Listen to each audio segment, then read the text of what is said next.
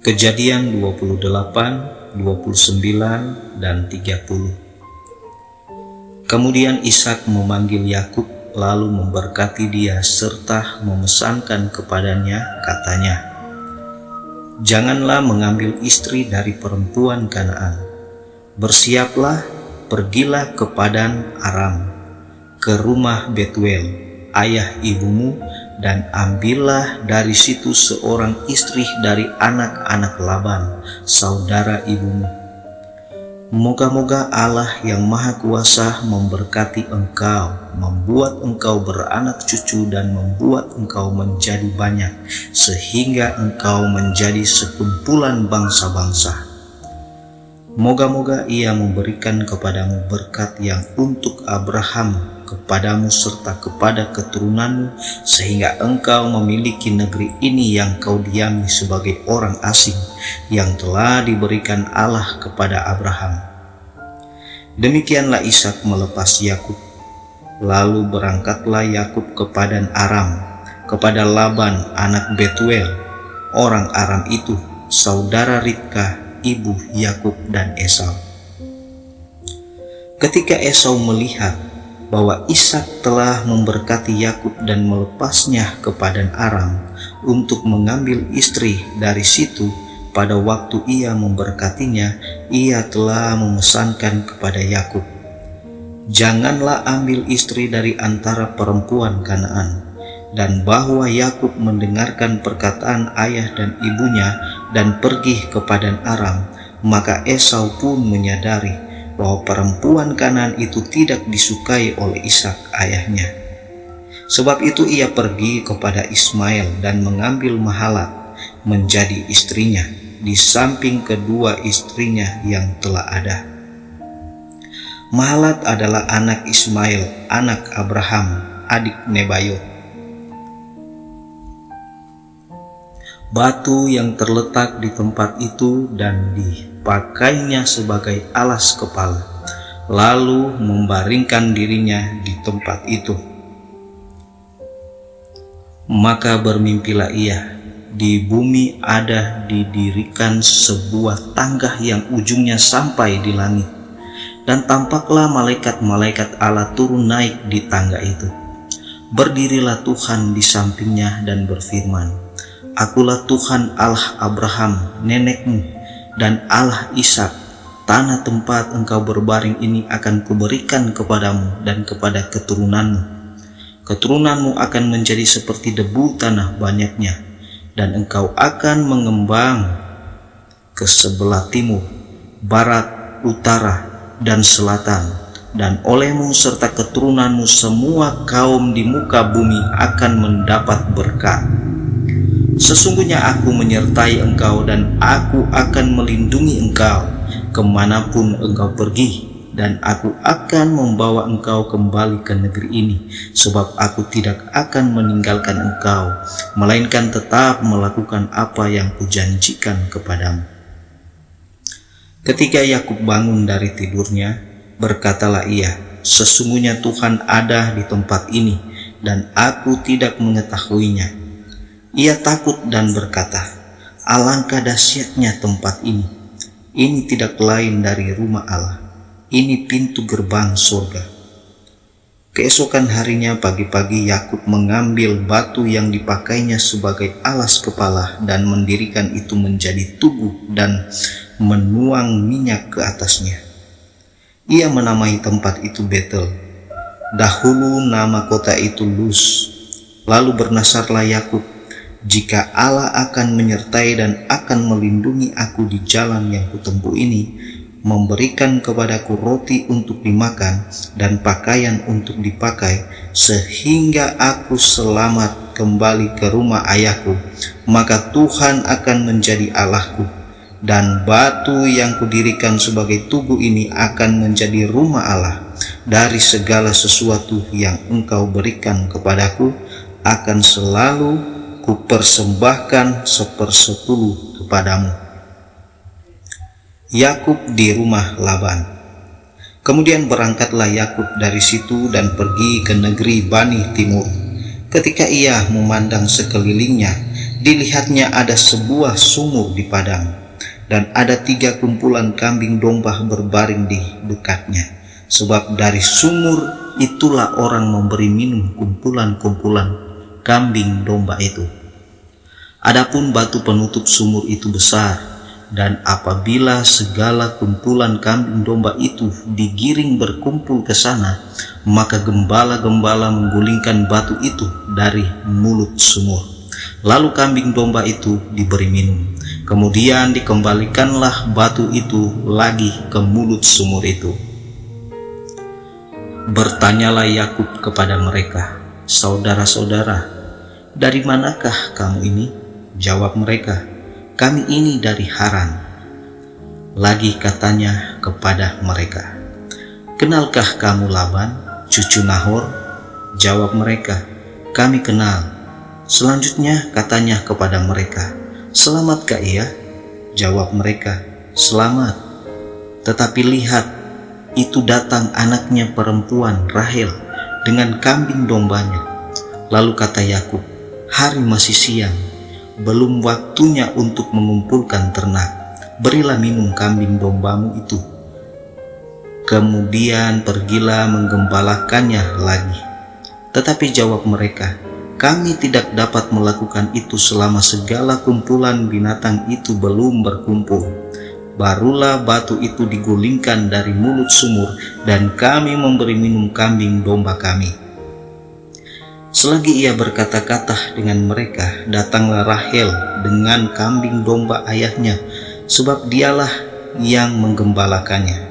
Ketika Yakub melihat Rahel, anak Laban saudara ibunya, serta kambing domba Laban, ia datang mendekat, lalu menggulingkan batu itu dari mulut sumur, dan memberi minum kambing domba itu. Kemudian Yakub mencium Rahel serta menangis dengan suara keras. Lalu Yakub menceritakan kepada Rahel bahwa ia sanak saudara ayah Rahel dan anak Ribkah. Maka berlarilah Rahel menceritakannya kepada ayahnya. Segera sesudah Laban mendengar kabar tentang Yakub, anak saudaranya itu, berlarilah ia menyongsong dia, lalu mendekap dan mencium dia, kemudian membawanya ke rumahnya. Maka Yakub menceritakan segala hal ihwalnya kepada Laban. Kata Laban kepadanya, "Sesungguhnya engkau saudara sedaging denganku." Maka tinggallah Yakub padanya genap sebulan lamanya. Kemudian berkatalah Laban kepada Yakub, "Masakan karena engkau adalah sanak saudaraku, engkau bekerja padaku dengan cuma-cuma?"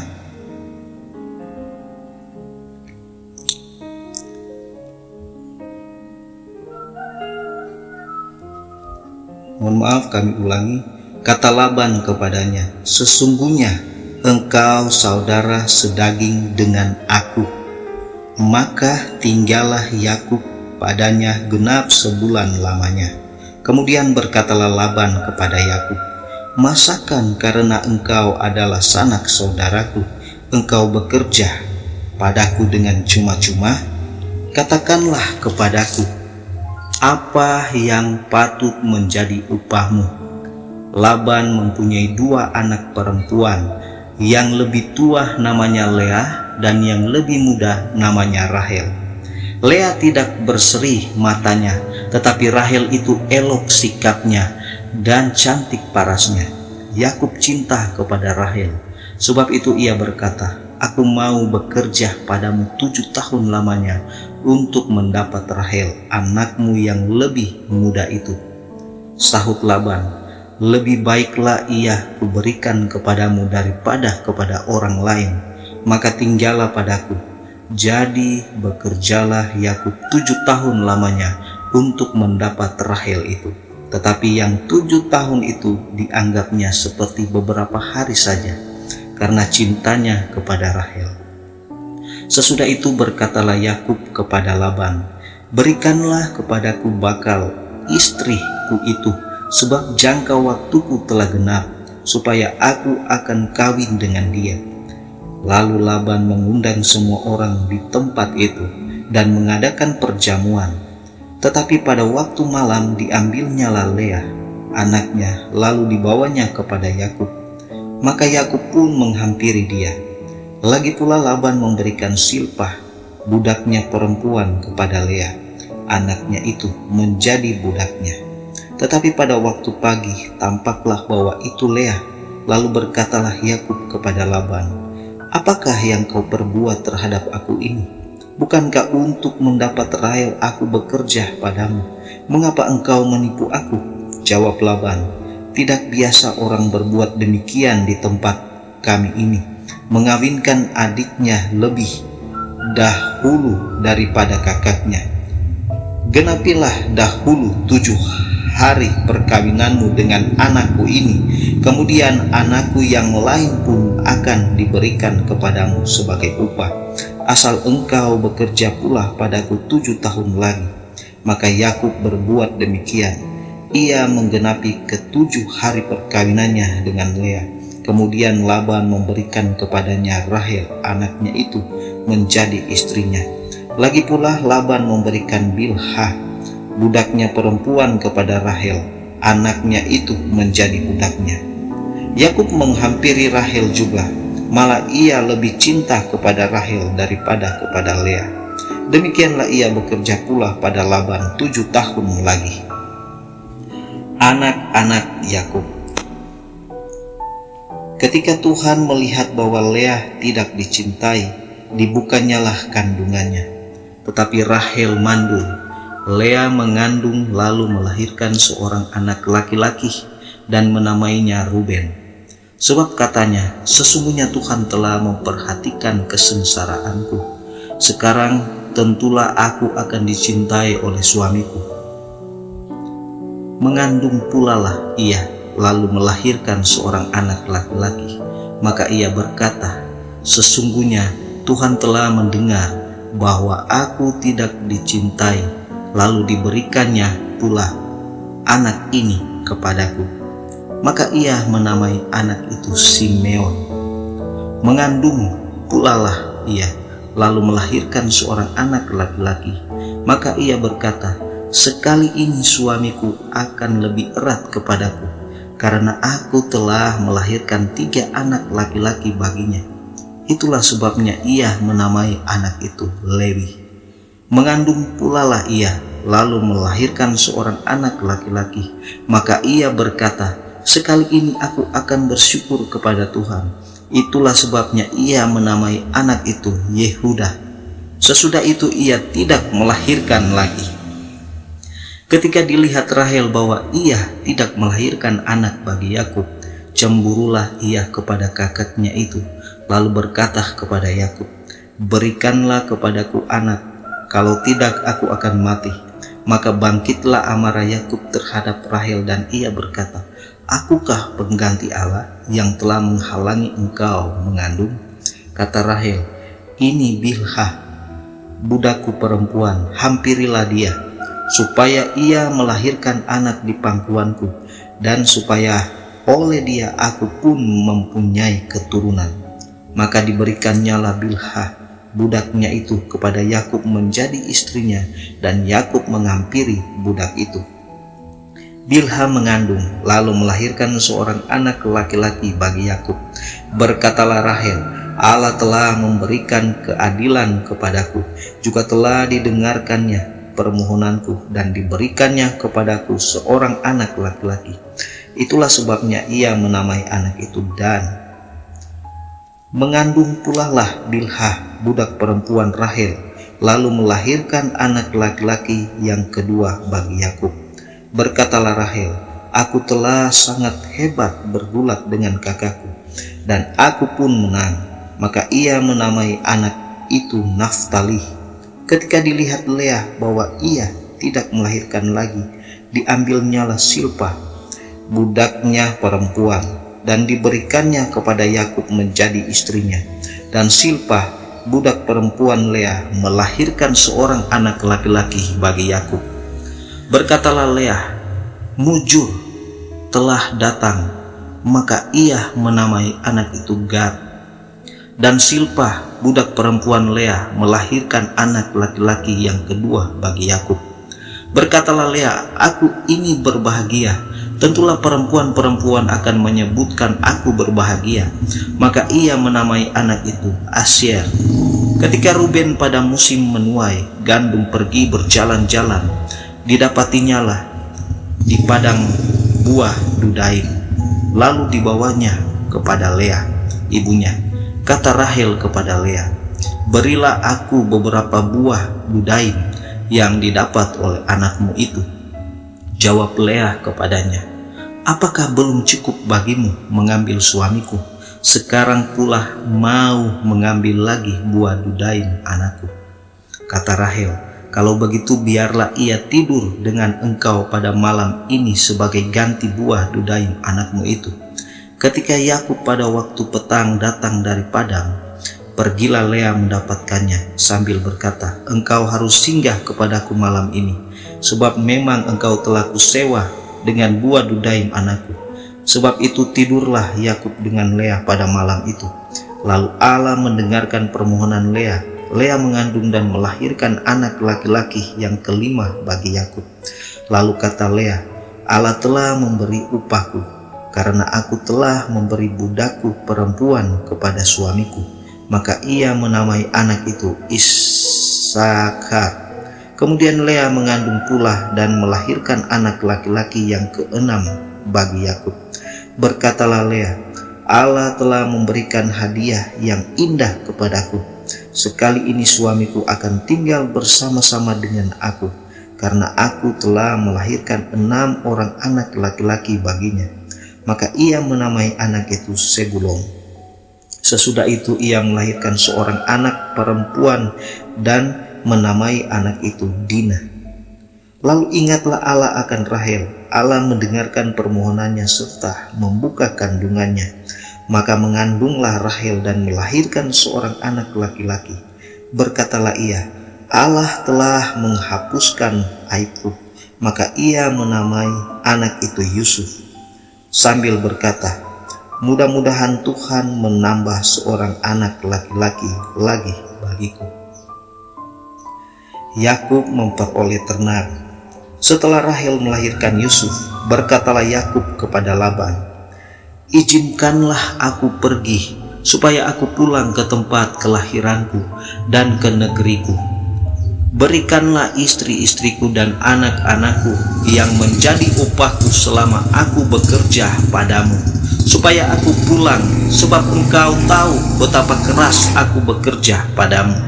Tetapi Laban berkata kepadanya, "Sekiranya aku mendapat kasihmu, telah nyata kepadaku bahwa Tuhan memberkati aku karena engkau."